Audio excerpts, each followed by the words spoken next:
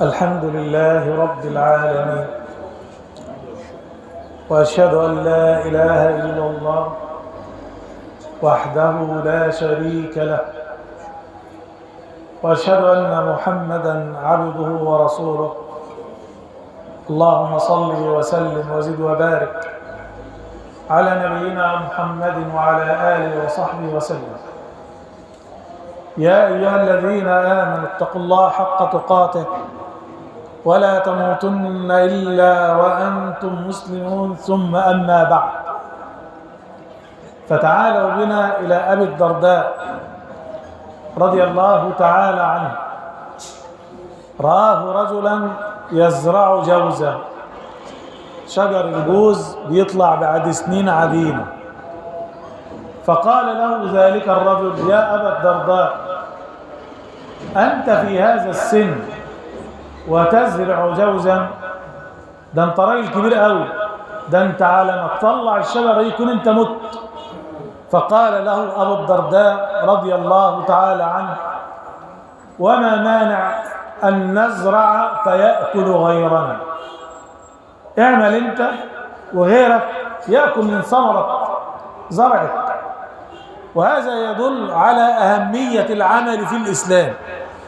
انظر إلى القرآن الكريم وهو يقول: هو الذي جعل لكم الأرض ذلولا فامشوا في مناكبها وكلوا من رزقه وإليه النشور.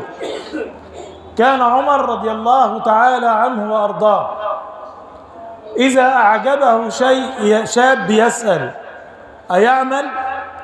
إن قالوا له لا سقط من نظره. وكان إذا رأى رجلا يجلس أمام بيته لا يعمل ضربه بالدرة وأقامه إلى عمل، وقال: إن الله تعالى يكره الرجل لا يعمل عمل الدنيا ولا عمل الآخرة. قاعد فاضي ليه؟ اعمل أي حاجة، يا عمل للدنيا يا عمل للآخرة. ولذلك لما رأى الصحابة رضوان الله تعالى عليهم شابا جلدا قويا، وكان معهم النبي عليه الصلاة والسلام، فقالوا: لو كان هذا في سبيل الله. فقال النبي صلى الله عليه وسلم موضحا لهم قيمة العمل: إن كان هذا خرج يسعى على عيال صغار فهو في سبيل الله، وإن كان خرج يسعى على أبوين شيخين كبيرين فهو في سبيل الله، وإن كان خرج يسعى على نفسه يعفها فهو في سبيل الله. ولذلك الشهادة في سبيل الله من أنواعها اللي خارج يبتغي الرزق، يعني واحد طالع على أكل عيش ومات في الطريق، أعده النبي عليه الصلاة والسلام من الشهداء. هذا شهيد لأنه خرج يسعى في سبيل الله عز وجل. العمل ليس عيبا، لست أفضل من رسول الله. هو أنت أحسن من النبي؟ لأن في بعض الشباب لما تأتي لهم بأعمال يقول لك: أنا معايا شهادة كذا، أنا هعمل العمل ده. أنت مش أحسن من النبي عليه الصلاة والسلام. كان يتاجر بمال خديجة، وكان يذهب إلى رحلة الشتاء والصيف وهو صغير، وكان النبي عليه الصلاة والسلام في بناء المسجد يحمل الحجارة. النبي بيحمل الحجارة، أيوة بيحمل الحجارة، حتى أن الصحابة رضوان الله تعالى عليهم قالوا: لئن قعدنا والنبي يعمل فإنا إذن العمل المضلل. إزاي نقعد والنبي عليه الصلاة والسلام هو اللي بيشتغل؟ وفي غزوة الخندق أخذ النبي عليه الصلاة والسلام المعول وكان يضرب بيده صلى الله عليه وسلم في الحجارة. لست أفضل من نبي الله موسى عليه السلام، كلم الله موسى تكليما وكان عند الله وجيها. إزاي انت احسن من سيدنا موسى؟ لما المرأة قالت لأبيها: يا أبت استأجره إن خير من استأجرت القوي الأمين. شوف سيدنا موسى الوجيه عند رب العالمين، اشتغل عن شعيب عليه السلام على 8 حجج. ليه؟ لأن العمل مش عيب. سيدنا يوسف عليه السلام طلب العمل لما أول الرؤيا، قال للملك اجعلني على خزائن الأرض إني حفيظ عليم. طلب العمل ما تركه يوسف عليه السلام. وانظر إلى من جعله الله خليفة. خليفة يعني إيه؟ خليفة يعني يحكم الكرة الأرضية. مين؟ سيدنا داود عليه السلام.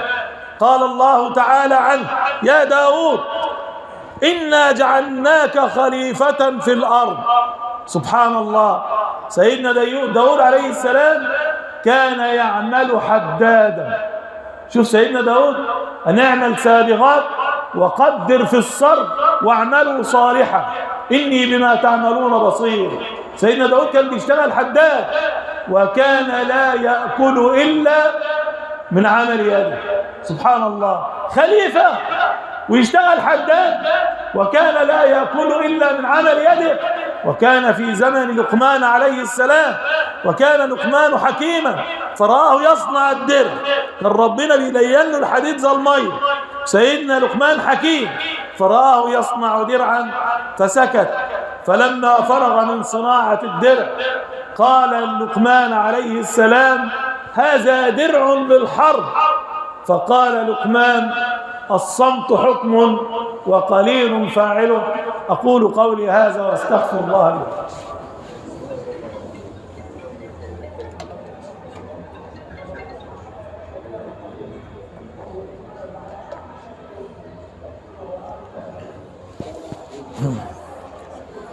الحمد لله رب العالمين، وأشهد أن لا إله إلا الله وحده لا شريك له، وأشهد أن محمدا عبده ورسوله. عباد الله اتقوا الله. فتعالوا بنا إلى صحابة النبي رضوان الله تعالى عليهم. إلى من؟ إلى سلمان رضي الله عنه. كان الذي يقرب الوقود للنار في بلاد فارس، يسمونه الباحث عن الحقيقة.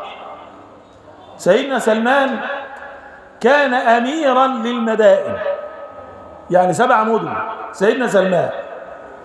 وكان يعمل بالخوص، تعلمه من الأنصار. وكان لا يأكل إلا من عمل يده. شوف سيدنا سلمان يقول عنه الحسن عليه رحمة الله كان عطاء سلمان 5000 كل شهر. المرتب بتاعه اللي بيجيله 5000 كل شهر. كان يتصدق بها ويعمل بالخوص ولا يأكل إلا من عمل يده. ده في بعض الموظفين الكسب بتاعهم حرام، في الحرام. تلاقيه يروح 2 3 في الأسبوع وباقي الشهر قاعد في البيت. ما انت كسبك دخل في الحرام، لأنك تأخذ أجرة على عمل لا تؤديه. سيدنا سلمان كان لا يأكل إلا من الخوص، العمل بتاعه. شوف سيدنا علي رضي الله تعالى عنه وأرضاه لما انتقل إلى المدينة وترك مكة وترك داره وتجارته، ماذا صنع؟ قال جعت جوعا شديدا. سيدنا علي جعان. الشباب اللي بيعنف ان يشتغل في اي حاجة. سيدنا علي وجد امرأة معها مضر، يعني معها قماش ناشف، فقال لها أتريدين أن تبليه؟ انت عايز تحط عليه ميه يعني؟ قالت له نعم. قال بكل دلو تمرة، انا هجيب لك الميه من البير وهحط لك على القماش بتاعك، بس بكل جردل هاخد تمرة. قال فجئت ب16 دلوة فأخذت منها 16 تمرة وقلت يكفي هذا، وذهبت إلى النبي عليه الصلاة والسلام فأكل معه. شفت سيدنا علي كان بيشتغل ايه؟ انت النهاردة لو حد قال لك الكلام ده للشباب يقول لك لا ده انا خريج جامعة، ده انا معايا شهادة كذا، ما ينفعش اشتغل الشغلانة دي. العمل ليس عيبا، العيب أن تجلس بلا عمل أسأل الله تعالى أن يجعلنا من الذين يستمعون القول فيتبعون أحسنه.